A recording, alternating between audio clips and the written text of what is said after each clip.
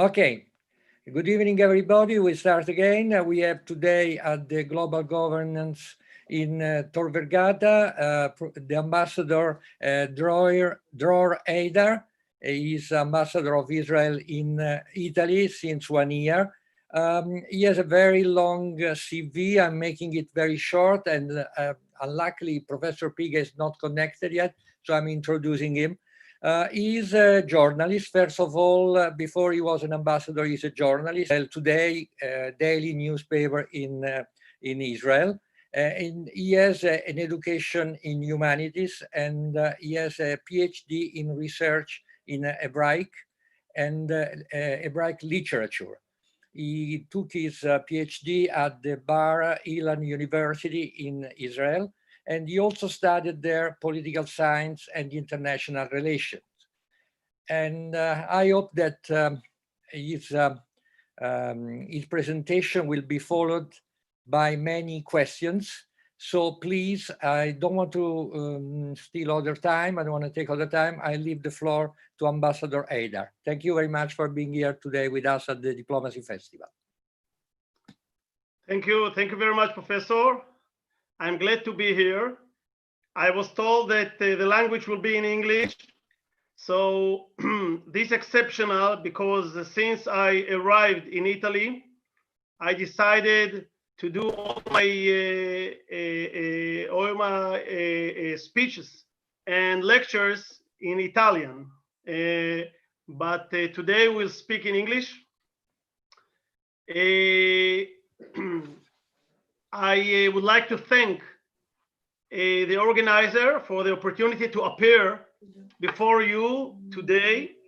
I was before the pandemic, I was hosted in Tor Vergata University. I gave a lecture about the translation of one of the tractates of the Talmud into Italian. It was a very good experience.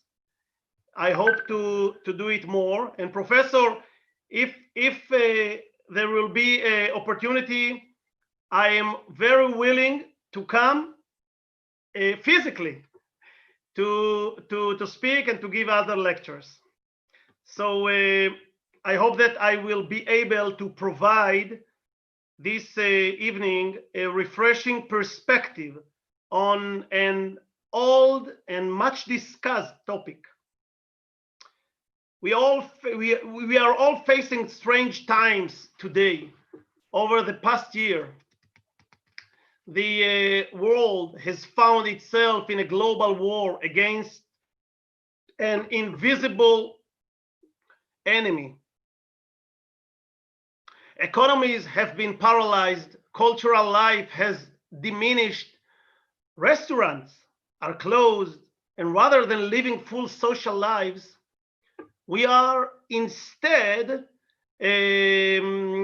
social distancing. The only places that are close to thriving are, unfortunately, hospitals. And that's not the only strange phenomenon. Some 2 weeks ago, Israel signed a normalization agreement with Bahrain, the second Arab country to do so after the United Arab Emirates, with whom we signed a similar agreement just a few weeks ago. A few days ago, we received word about yet another Arab country joining the wave of peace, Sudan. It's worth remembering that it was out of Sudan in August 1967, after the 6 Days War, that the Arab political doctrine known as the 3 no's, no to peace with Israel, no to recognizing the state of Israel, no to negotiating with it. So here we are standing now with a third peace agreement with Sudan. Who would believe? And who knows? Rumor says that one of the key leaders of the Muslim world may also be about to join the waves of peace with Israel. Let's hope, or as you say in Italian, speriamo. And here in Europe, we've seen reactions to this peace agreement that have ranged from hesitant or cold support. No enthusiasm was written through to even outright disregard. Even in the Knesset in Jerusalem, Israeli Arab parties voted against these peace agreements. They further condemned the peace agreement with Sudan. Unbelievable. In Europe, almost every publicly elected figure that has referred to the agreements has in the same breath brought up the Palestinians and the need to reach a peace settlement with them. Of course, they don't say how this should be achieved, but simply bring up the two-state solution and the need to return to negotiations. Bene. What's happening here? Europe is still stuck in the 80s. It's as though we never tried any of the great experiments that were during Oslo Accord in 1993, 1994, the disengagement plan from Gaza in 2005, or a whole variety of other peace summits, all of which either ended with nothing at best or with terrorist attacks at worst. The most common slogan in European diplomacy, as I said, is two-state solution. But in all of my appearances in the Italian Senate or in the House of Representatives, in the Camera, in other places, I discussed the fact that this slogan, this sentence, has also a second part: two states for two people, two nations. The 1993 Oslo Accords were based on the assumption that at the core of the dispute between us and the Palestinians lies the fact that there are two national movements, a Jewish one, the Zionism, and an Arab Palestinian one. The year that passed since then, almost 30 years, have taught us that while we, the Israelis, have recognized the Palestinian nationality, they have never acknowledged ours. As far as they are concerned, as far as the Palestinians concerned, the Jews are just a religion and not a nation, not a people. Therefore, they are not entitled, we are not entitled to a national recognition in their own state, own country, and surely have no historic connection to what they call Palestine or Palestina. By the way, the name Palestina was given to Judea in the 2nd century after Christ by the Caesar Adrianus. He thought that by changing the name from Judea or Israel into Palestina, he will be able to disconnect the Jews from their homeland, and with that, maybe they, in the next future, they will forget their country and will not rebel again. He took this name from the Philistines, the sea people that are mentioned also in the Bible and also in Herodotus, the historian. So Palestina is the land of Israel, is Judea. What I have described is not an assumption or speculation. that the Palestinians do not recognize us as a people, as a nation. It is a factual statement. I give you, please go and read the National Palestinian Charter. Article 20 says as follows, I quote, "The Balfour Declaration, the mandate for Palestine, and everything that has been based upon them are deemed null and void, cancellato. Claims of historical or religious ties of Jews with Palestine are incompatible with the facts of history and the true conception of what constitutes statehood." They say that there is no connection between the Jews and their land. No connection, historically or religiously. By the way, I just tell you, if there is no connection, historical connection or religious connection or roots between the Jews and this holy land, it means that also the Christian do not have any roots in that country, because the Christian came from the Jews. So it's ridiculous, but it is written in official documents. And last, in the Article 20 in this National Palestinian Charter, they say Judaism, being a religion, is not an independent nationality, nor do the Jews constitute a single nation with an identity of its own. They are citizens of the states to which they belong. Interesting. We are not a nation, only a religion. So we don't need recognition from others. We are a very ancient people. But this represents an indication of the sincerity of the Palestinians' intentions. It also explains why they never agreed to any settlement, any peace with the Jews.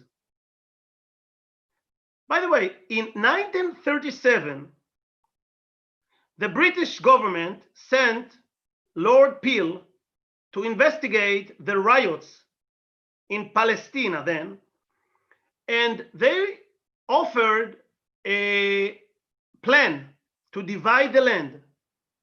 They gave the Jews 17% of what we have now, approximately. The Palestinians were given 75%. What was the result? The Jewish leader, Zionist leader Ben-Gurion, said, yes. The Palestinians said, no. They also refused to the partition plan in 1947, the UN. And the following day, after the 29th of November, when the partition plan was offered at the UN, actually the Arabs launched a war against us. Mahmoud Abbas, the president of the Palestinian Authority, the chairman, openly declared that he would never recognize Israel as a Jewish state. The reason for this can be found in what I have shown you today. An agreement, a peace agreement, would put an end to the conflict and to all claims which would entail recognizing the Jews as a nation and the right to at least part of the land. This is why I believe that the Palestinians have never wanted an independent state alongside the state of Israel. I asked many times my Italian colleagues at the Senate, at the political institutions, at the House of Camera, are you sure that the Palestinians want a state, independent state? Are you sure? Have you asked them? And not only did they, of course, they didn't want that we will have a state of our own, but they also never agreed to any kind of territorial compromise, even the most generous ones, as I showed you. Why? Because this kind of compromise would force them to recognize the rights that the Jews have on this country, on this land, at least part of it. And this would pull the rug out from under the Palestinians' demand for the right of return for the Arab refugees. Because if it is a Jewish state, you cannot flood our state with Palestinian refugees. Otherwise, it will not remain a Jewish state. So this is also why we've never heard any official Palestinian spokesperson define what their final claims are. I'm asking time and again, I ask many times in my life, does anyone in the world know what do the Palestinians want?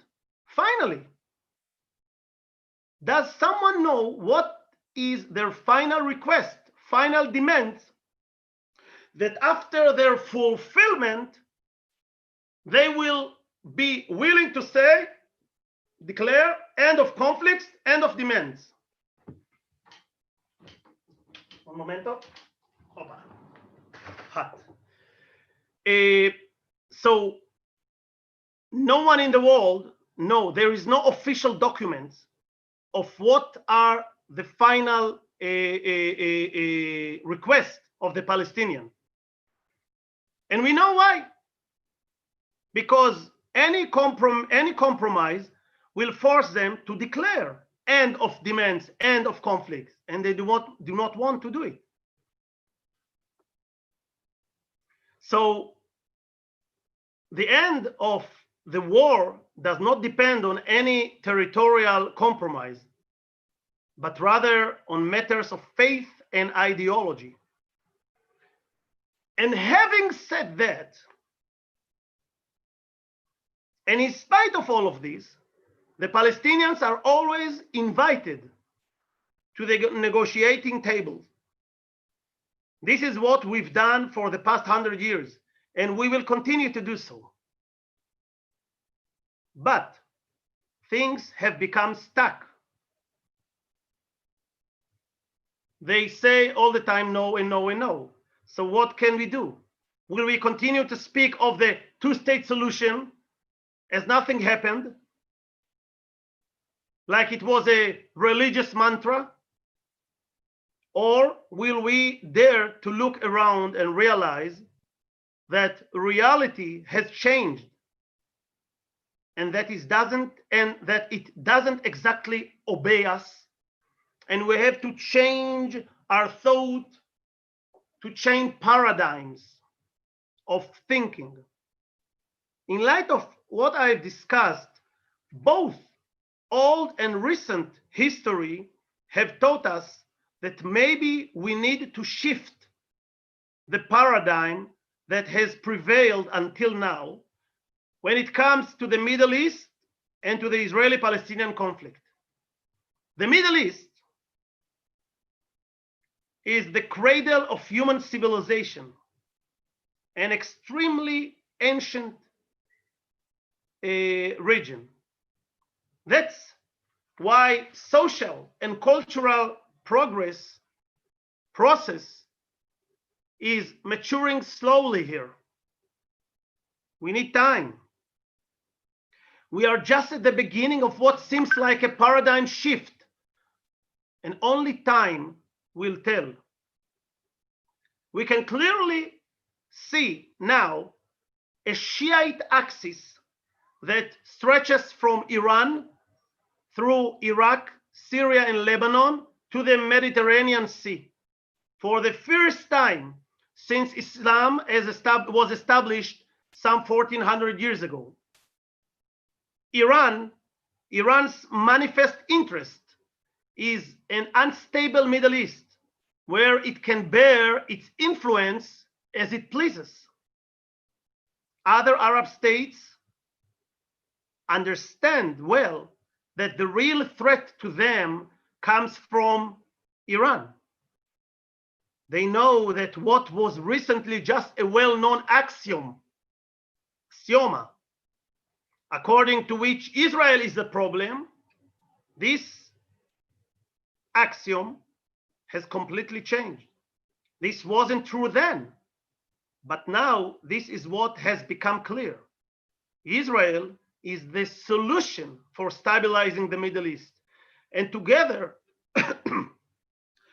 with the other moderate Arab state, we can stop Iran from carrying out its ambitions to rule the area. On this, it's worth discussing a deeper point. This is very interesting. Some 100 years ago, after World War I, Europe provided a gift to the Arab nations, to the Arab peoples, the nation state. What is a nation state? We take minorities and put them together and tell every minority, you know, if you be alone, it will be a problem for you. It is better to you to unite with other groups and together have a state that can protect you, that can give you more opportunities in economy, etc., etc. So the European League of Nations took minorities in the Middle East and created a nation state, nation states in plural.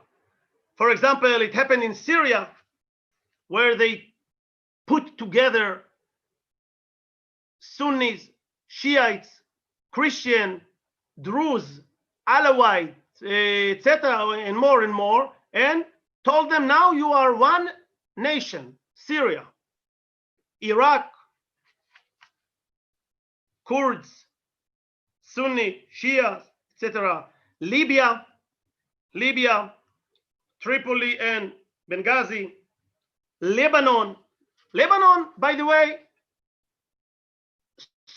was supposed to be the only Christian state in the Middle East. Now it's under a Shiite influence. Interesting. These minorities lived apart from one another, separated, and often hated each other to death.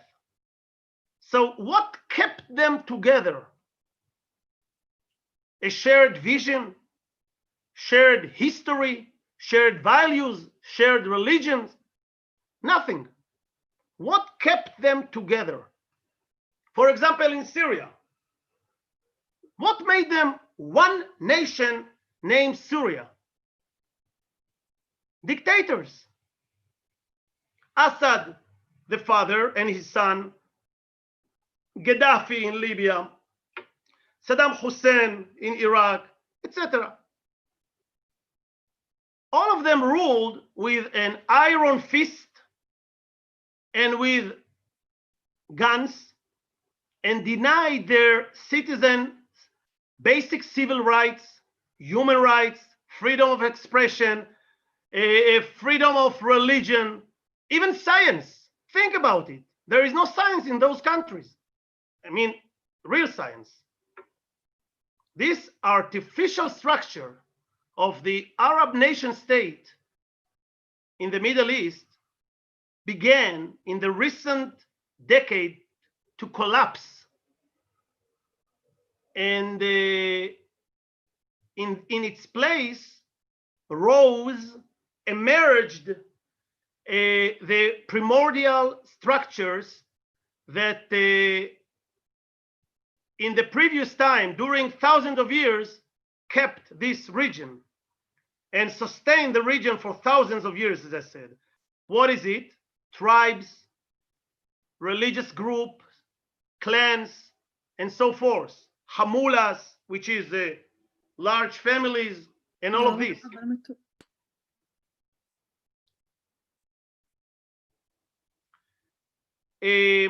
Moreover, another big change is happening in front of our eyes in the Middle East. For the first time after 1400 years since the establishment of the Islam, there is the Shiites dare now to confront the majority of the Sunnis majority. For many years, they were afraid to say openly what they have against them. We know that there is it's not a big difference theologically, but a big difference sociologically. And according to some Shiites teachers, the Sunnis are heretics, not Muslims. And according to the Sunnis, the Shiites are not a real Muslim. So there is a great fracture between these two factions, rivals in the Islam, to the point of almost being two separate religions. Maybe it reminds us in the 16th century, 17th century, the rivalry between the Protestants and the Catholics. So thus, we might just be standing before a threshold of a new and different era. I define it as the post-Arab nation era, post-Arab nation state era, and the restructuring of the relations between peoples in this region. There is a change, and it's like in a chess table. The relations are changing in front of our eyes. And what we thought for many, many years is not valid anymore.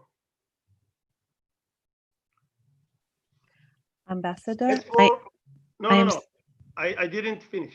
No, I'm sorry. I'm sorry for the interruptions. Very sorry. I just wanted to point out there's just a few minutes left to the end of the meeting, and if there are any, if you would like to answer to some questions from the students that are connected. I didn't know. I'm sorry. I didn't know that there is a I'm sorry. It's half an hour. I thought it's more. No one told me. But let me finish. Let me finish, because this is very, very, very important. For the Palestinians, I spoke about the Middle East. For the Palestinians, what the paradigm that prevailed has always been that there would never be any progress in normalization with Arab state without a solution to the Palestinian problem first. Arab states now understand that they essentially gave the Palestinians a veto right over the future. That's why we hear increasingly more reasonable voices coming from these states asking why they can't benefit from the fruits of the relations with Israel. This question is even more pertinent in light of the Palestinian permanent refusal for the past 100 years. We know that they have said no to all offers, even to those that were very generous, and they never paid a price for it. And by the way, things of a similar nature were also said by the prince, Saudian prince, Bindar el-Sultan. So the Palestinian, let's look at the history. Palestinian all during the 100 years chose the wrong side of history.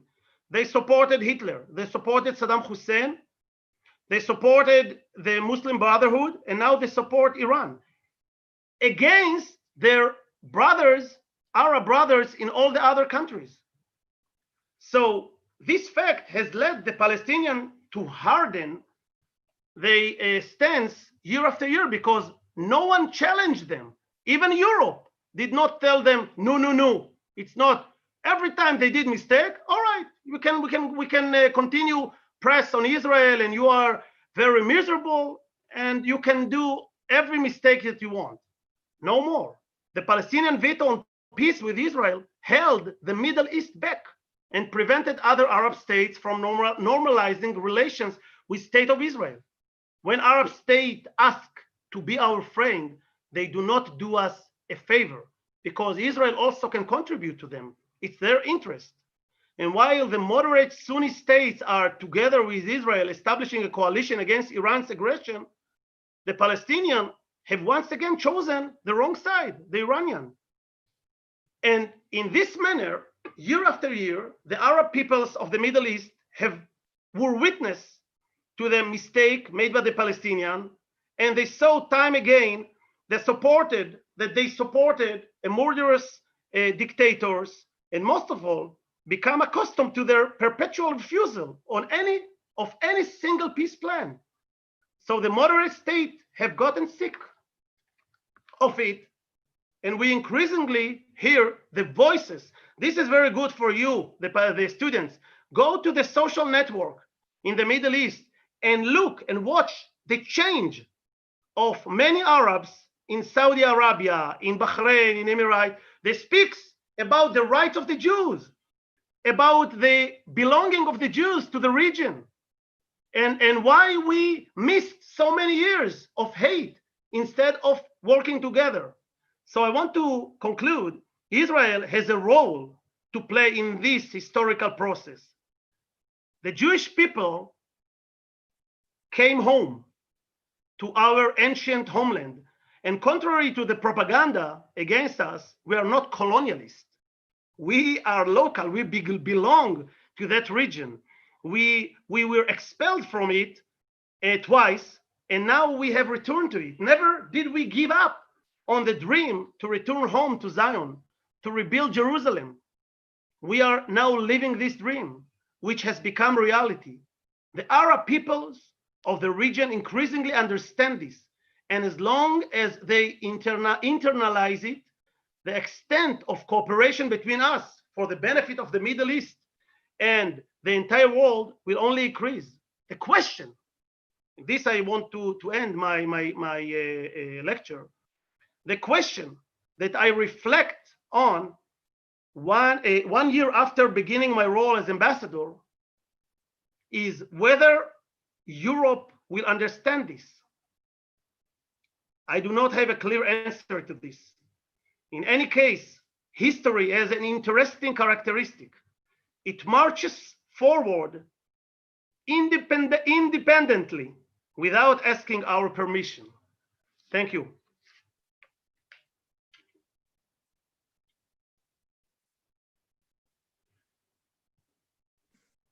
Thank you very much, Ambassador. We understood that the process is not easy and that diplomacy will need to work a lot to try to find solution to a situation that you have described.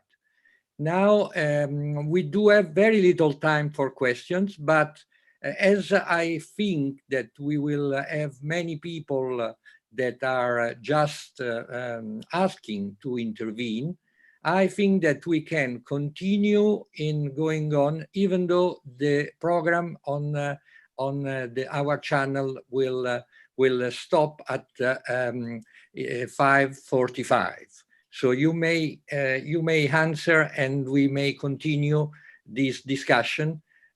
Unluckily, will not be broadcasted, but we will have a registration of these, and we'll give it to you later. Please, if so, someone. Where are the questions? Someone wants to ask? Yes, please. I ask the students to intervene. They know how to do it. They have to raise their hand. And in the meantime, I do not see all of them. I see only one page. Well, there are more than 100 students at the moment connected from all over the world. And the first question comes from Diana Gabriele. Please, Diana. Hello, Ambassador. It's an incredible honor to have you here. I'm Gabriele Diana, Global Governance student from the University of Tor Vergata. And my question is about a big change, another big change that's happening in the region. and it is the not complete but part drawback of the USA, which is Tu lo puoi registrare, sì? which is retiring politically from the zone of the Middle East. And do you think new big actors like Russia or China, which are already partly taking their taking their space, could influence the stability of the region? And thank you very much for you the mean presentation. what? You're asking what I think about the role, the place of China and Russia in this change? Yes, exactly. Okay. Thank you. Okay. Ambassador, do you want to have more question and answer Yes, maybe please, all yes, together? The please. second question comes from Marina Lopukina. Marina, where are you? Arina Lopukina, please. Marina, dove sei? Oh, Ine Marina. Hey, Yeah, hi. Marina, see you. Sorry again. I have See you. some issues Please, with the please. mic Oh, today. yeah. Thank you so much for your insightful opinion, first of all. And I would like to inquire, because you said that you do not think that the two-state solution is possible given the politics of Palestine and Palestinian people's demands. But at the same time, with the one-state solution, you specify that Israel is a Jewish state of Israel, and still the Arab minority is a quite significant minority of almost like a quarter of the Israeli population. So how do you envision a one-state solution with a quarter of the population being Muslim and not identifying as Jewish, or with the Israeli government's outlook on the situation, together Good with question. the currently Good question. Thank you, Marina. yeah. Okay. Good question. Please, another question?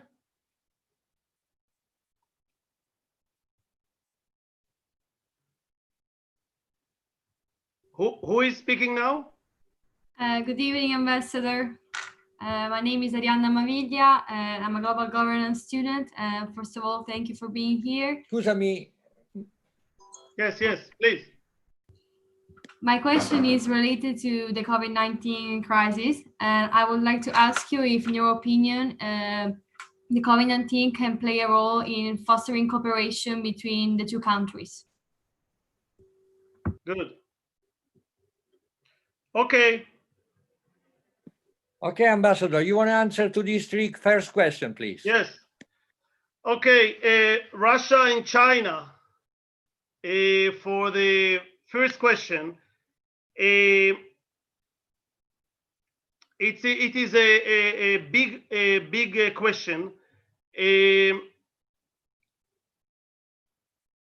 There is also, we know that in the world there is a let's say a rivalry, a clash between China and the United States about the hegemony here and there. So we are speaking about much bigger forces in the world. Russia is during the last decade has entered Syria, helped Assad, the son, to overcome the rebels. But in the same time, Russia has a very good relations with Israel. So we managed to coexist together and to solve many problems that occurred there. Right now, we do not see any objection. Of course, there is no objection of the Chinese or Russia to these change in the Middle East. Why not? So time will tell us. Let's say, because now we are in the middle of the process, so we do not know what will be the face of the map of the Middle East at the next decade. So let's be patient in this. arena about two-state or Jewish state or what the Arab. First of all, the Arab population in Israel has a full civil rights, citizenship, full civil rights as any Jews. There is no any discrimination of it. Every Arab in Israel has a full right like the Jews. No any different in this. But this is about the civil rights.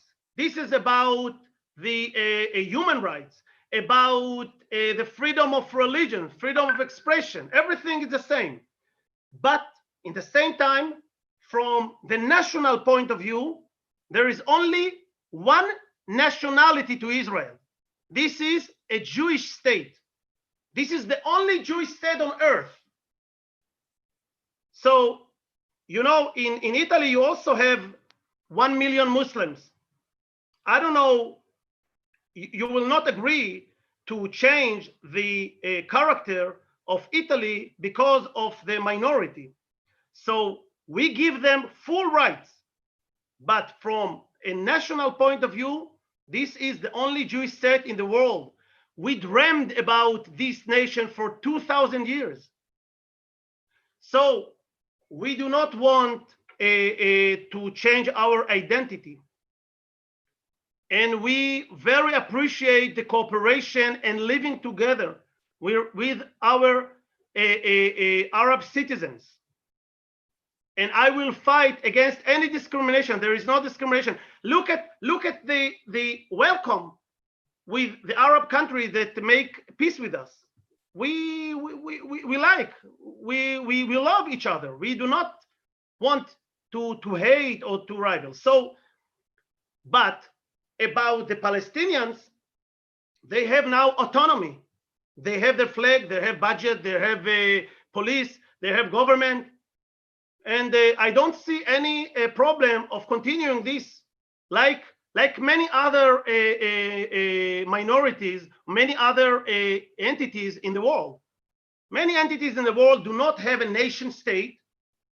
They have autonomy. And who said that the nation state is the best idea in the world? Look, Syria is a nation state. Does the life of its citizens become better? No.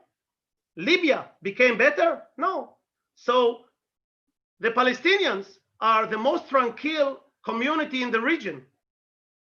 And it is because we protect only ourselves, but we protect them also from ISIS, from Hamas, from other cells to take control of them, of their life. So this is what is now on the stake, on the table. What will happen in the next, I don't know, 100 years, we'll see. Time in the region is not like in Europe. Time is not money in the Middle East.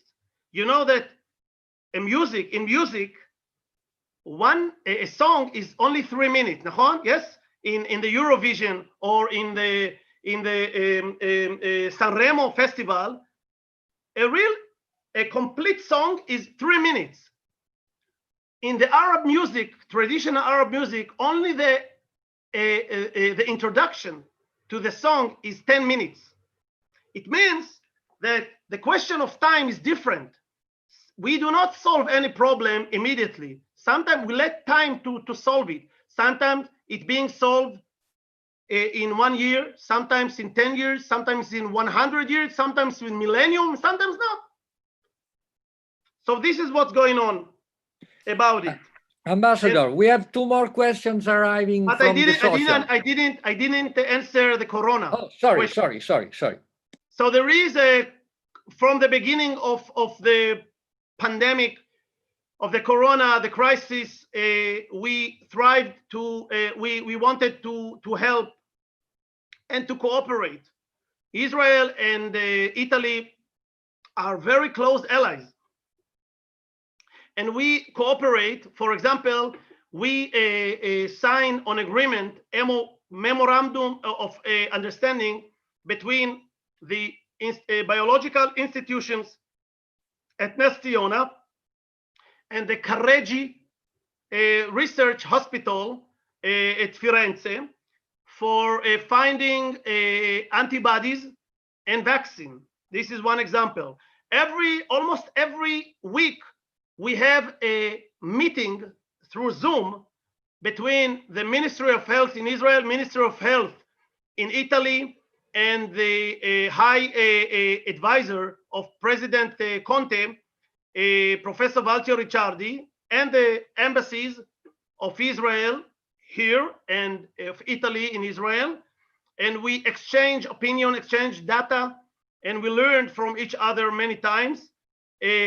So we try to exchange views and ideas, and we do it. Also, the prime ministers, Prime Minister Conte, Prime Minister Netanyahu spoke sometimes, several times, and to learn from the experience of each other. Yes, other question? There are more questions, but I think you only have time to answer to one, and very shortly, because they will cut us. The Okay. question comes from the social and this. Do you think that the new policy of Saudi Arabia is more due to really a desire of peace, or more motivated by hate for Iran? As I said, this is a good question. As I said, also Saudi Arabia has its own process. We are, you know, the whole Arab state, the Muslim world has not had the process that Europe did during the last 1,000 years. No Renaissance, no Reformation, no Protestant, etc., etc. French Revolution, separation of state and church. There is none of these occurred in the Muslim world and the Arab world. So now we are witnessing the beginning of a process. So Saudi Arabia is also part of this big change. We do not know. We are not prophets. We do not know what will happen in the next even 10 years. But I hope very much that with the negotiation and with the peace between us, and we hope also Saudi Arabia, I hope that we will open also a dialogue, not only a political dialogue, but also a religious dialogue between Judaism and the Islam that never existed so much, and we want to have it, because both religions believe in many ideas, the same ideas. So instead of being a source of dispute, these ideas, religious idea, could be a source of unifying, of good relations, because after all, the Christians, the Muslims, and the Jews believe in one God. So why to be enemies each other? So I hope to see also these fruits of this big change. But remember, now you're young. I hope that when you will be, some of you will be politicians, some of you will work at the Farnesina. I hope that you will have a different view in front of your eyes in the Middle East and in other places in the world, a better view. So I wish you all the best, and I hope to continue this dialogue with the permission of the professor and other, and hopefully to come to your honorable university again. Okay, Ambassador, I want to thank you in name of Professor Piga and the Global Governance at Tor Vergata, and I think that your offer to visit the campus will be well accepted. And thank you very much, and thank you to all the students. Today program is finished, and we'll see you tomorrow in the Diplomacy Festival. Grazie Thank you, mille. Ambassador.